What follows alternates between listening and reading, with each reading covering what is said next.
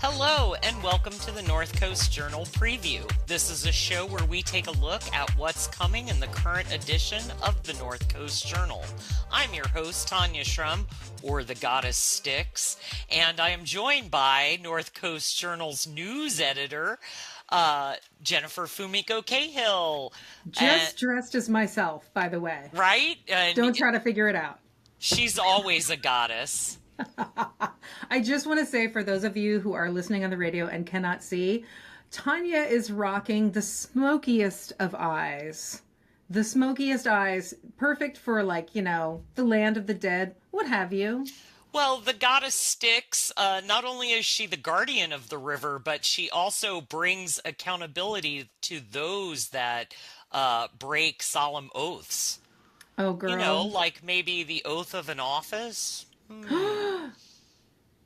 This is where I need to start putting my slaughtered goats and lambs. I see that now. I have been at the wrong altar. Well, I've been over here at Nemesis, but I'm going to go back to it. You're ready. You're ready. Oh, yeah. And the season is upon us. We are deep in the spooky because by the time this hits the airwaves, I believe we will be in full spookiness. People will be in costumes. People will be showing up as the sole person to dress up when there's a work meeting. There will be rock shows that have spooky vibes. And trick-or-treating and all of that. And for those that celebrate, they're already decorating and lighting candles on their ofrendas. That's right. I think I butchered that pronunciation. No, I think that apologize. Sounded good. So, right, because this year, it is all aligning. We have Friday Halloween, and then Saturday and Sunday, Dia de los Muertos. So much is happening, and you should definitely, you should definitely check out the calendar in this week's paper, because Kali Koziris, our calendar editrix, has a bunch of stuff. You have no excuse for staying home except giving out candy. Absolutely. Well, Jennifer, let's go through the spooky theme of this week's journal. Yes, we decided it's time for a sweet treat because, listen, things are dark. Mind you, we have a little fun size themed issue for you this week. It is more like a Hershey's Special Dark because there's a little bit of darkness in it. Also, top tier chocolate, am I right? Absolutely. Top tier Halloween get, right up there with the Baby Ruth, the mini score bar. So this week, I am very happy to share with you the work of Liz Velasco. You will see on the cover a very sweet image, sweet and lightly spooky, of a girl with her Halloween jack-o'-lantern and her little ghost costume and everything. And it is a very sweet comic that Liz Velasco has written, and it has a little bit of a spooky twist in it, and it is not as straightforward as it seems maybe. You know, we all had, well, I shouldn't say we all had, those of us spooky girls, we had that little period where we were maybe digging up random skulls in the woods and hiding them and doing a little light spell work. And so she has a wonderful story about an adolescent girl who has a little magic in her and does a little magic. And it's just very fun. It's a very simple black and white kind of line drawing comic. And it has to me, a very nostalgic childhood quality to it. And when I talked to Liz about how she made this and how she makes her other work, because she always has a little bit of spookiness in there, a little bit of weirdness, she talked about how she wanted to do something for Halloween, and taking the perspective of a child really made sense to her, partly because when you're a kid, you have that capacity for belief, right? You have that suspension of disbelief, you have the imagination, you have an openness to experience. And she talked about how, yeah, scary movies were really creepy to her and she wasn't into them when she was a kid. That came later. But the going out at night on Halloween, just as the leaves start to drop, because she was in Ohio as a kid, the leaves are turning, it's a little bit windy, and the spookiness is mostly in your head.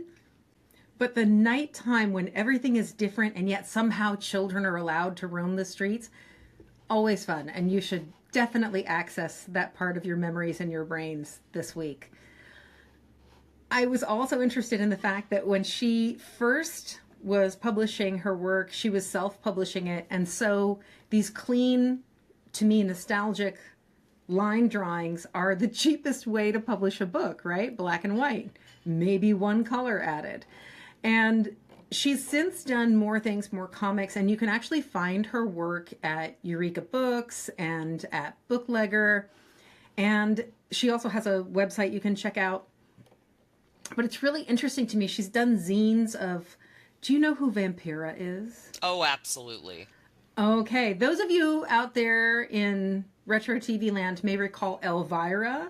Absolutely. But listen, Vampira walked so that Elvira could run with a very supportive sports bra.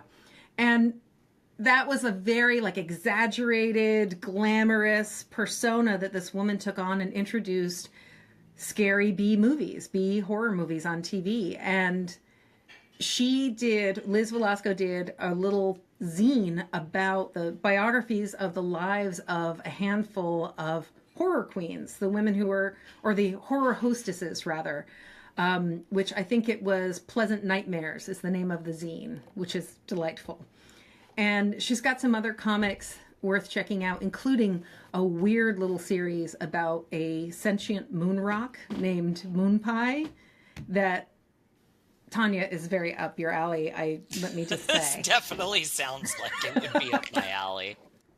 So anyway, that's just a little treat for everybody to enjoy. I would be curious, if you've got kids who want to color, I would be very curious to see what they would do with this issue of the journal. Oh. And there's other spookiness too.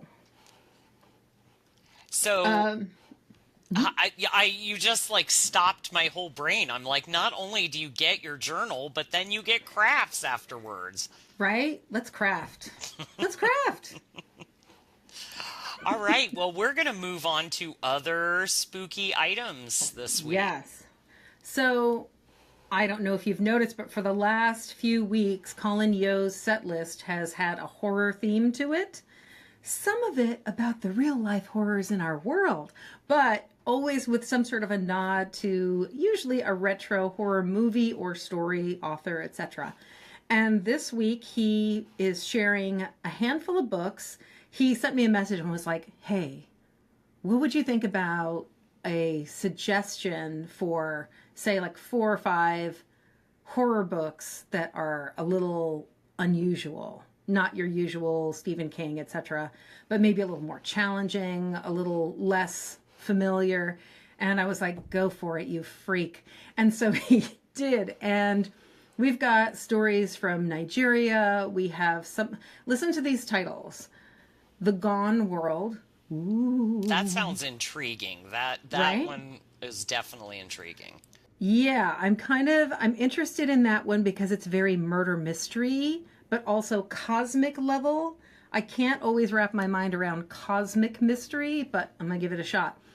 The Reluctant Dead is a very interesting Nigerian collection of stories by this author, Nuzo Ono. And it seems to have a lot of history to it and present day cultural clashes and things like that. And it sounds really interesting. And the cover is very scary looking. The Wasp Factory. Please never, never invite me to tour the Wasp Factory. My God. But this one has a lot of violence in it. So if you're not into that.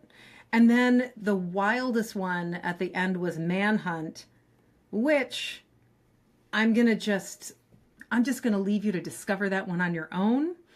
Suffice to say, if you look up what the cover looks like, There's quite a bit of caveats that Colin adds to that there's a one as lot well. of caveats. You might look at the cover and ask yourself, does it make you chuckle? Does it make you recoil? That should tell you whether or not you should read it. We also have from a new contributor. You may recognize Amber Saba.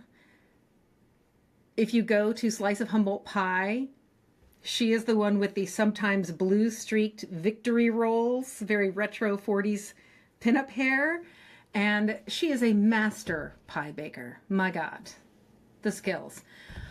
What I did not know until I was sitting next to her at the Humboldt County Fair's apple pie judging is that she is also a haunted house fan. And I was saying, oh yeah, we've got this coming up and they do the scare grounds here at the fairgrounds. And she was like, oh, I love haunted houses. And I was like, do you want to review haunted houses when Halloween comes? And she instantly was like, yes.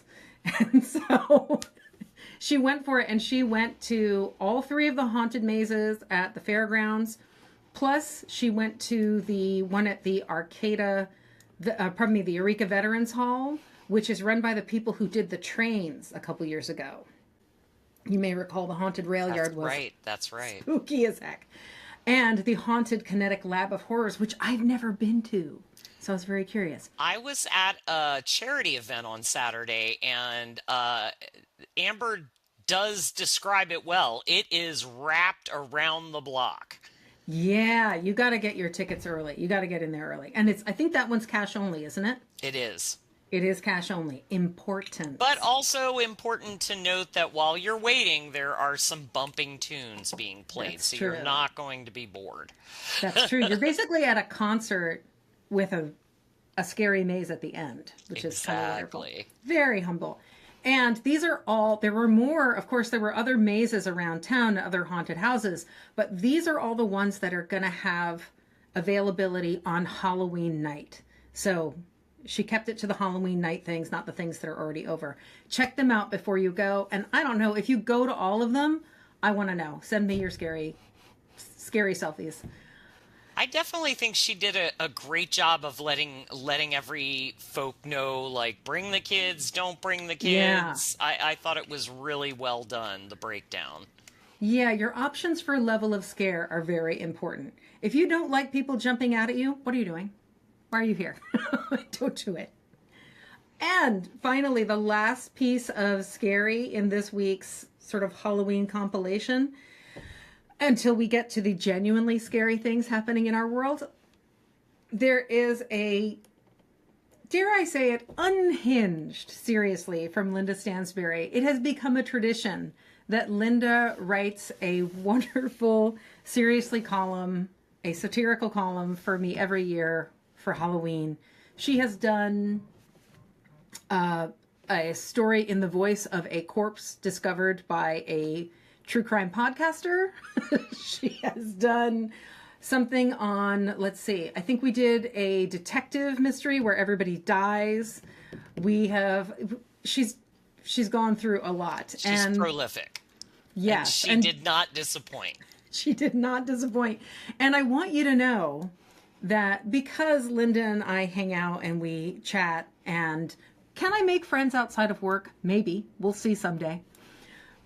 But this is like one of 3 different options she had. And I think this was the right one for the moment. But essentially, it is a parent writing to the principal of the school about how her child is not feeling accepted and embraced because she may or may not be an evil changeling produced by unholy means.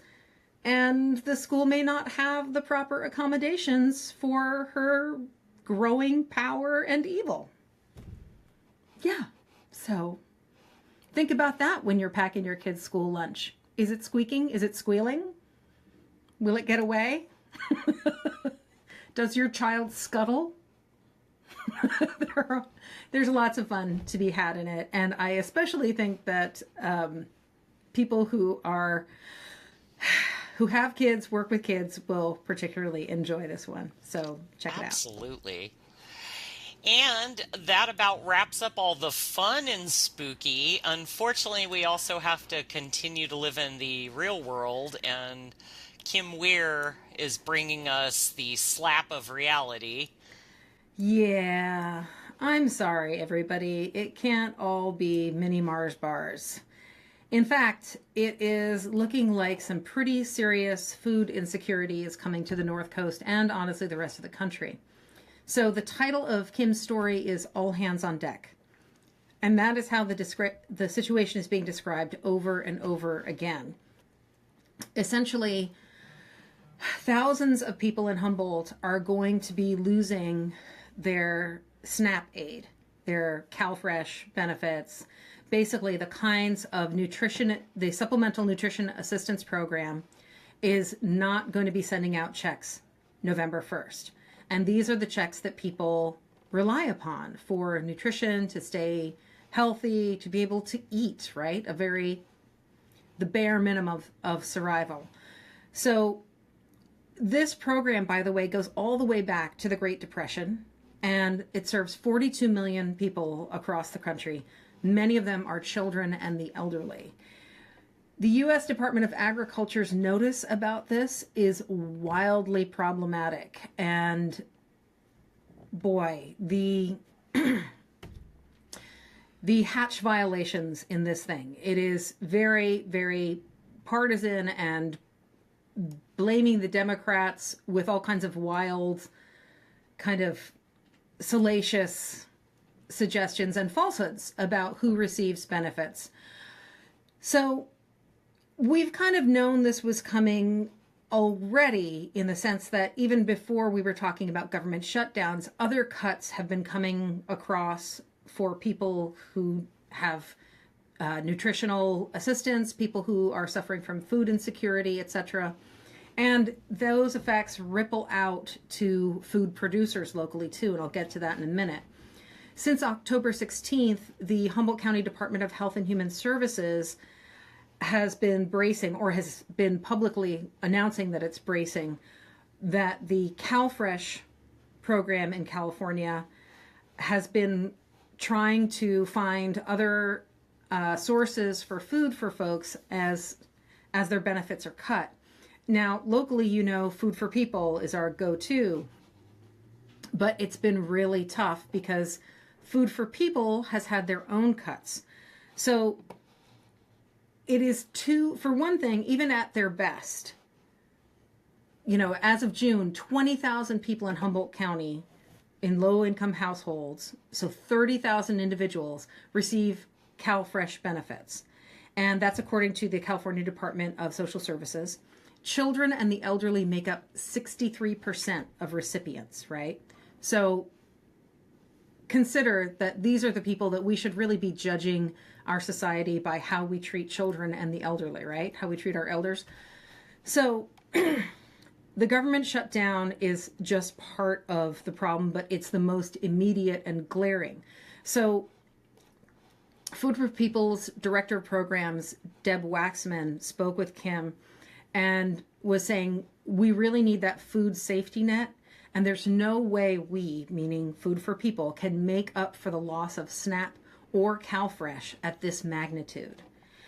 Mind you, there have already been some cutbacks, and we've been all bracing for what happens from the so-called One Big Beautiful Bill Act.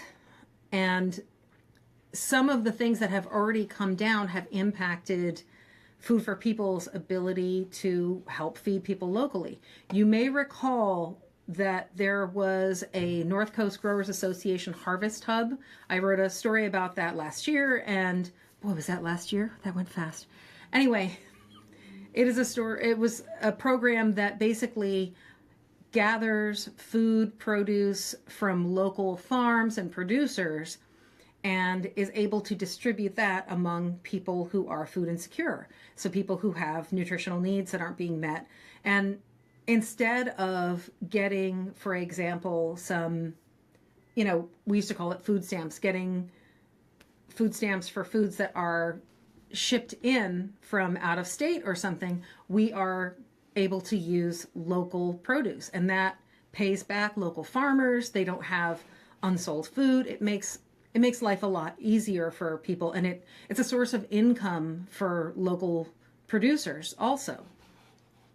And they had about $360,000 a year to purchase from area farms, and that's gone. So the local food purchase assistant cooperative agreement, that's no longer operating, and so those sources of food and the source of income for those food producers is also on the outs. It is a really rough spot to be in. As David Reed, hey David Reed. David Reed used to be our host when we used to do the Humboldt radio, the Humboldt, oh my God, why can't I think it? KHSU radio show. Thad and I would go over and do our interview with David Reed. It was delightful. Anyway, he's now he's the director, development director at Food for People. And he said, if you've ever been thinking about donating to Food for People, now is the time. Money is the biggest thing for them. And it's the easiest thing to give for some folks. So I'm letting you know that it allows them to use more purchasing power to get stuff. However, they are also accepting donated food items. Again, all hands on deck. And it is now becoming, something that our government officials, our representatives are trying to work on. As on Tuesday, as we were going to press, Governor Newsom was announcing that California is going to be suing the Trump administration with other states about the quote unlawful refusal to fund SNAP benefits. And it is kind of hard, right, to swallow that there aren't going to be funds released for SNAP benefits when we're paying for ICE to run amok all over the state and elsewhere. But there was also a hunger town hall hosted by Senator Mike McGuire earlier in this month, and that was before the CalFresh thing was a done deal.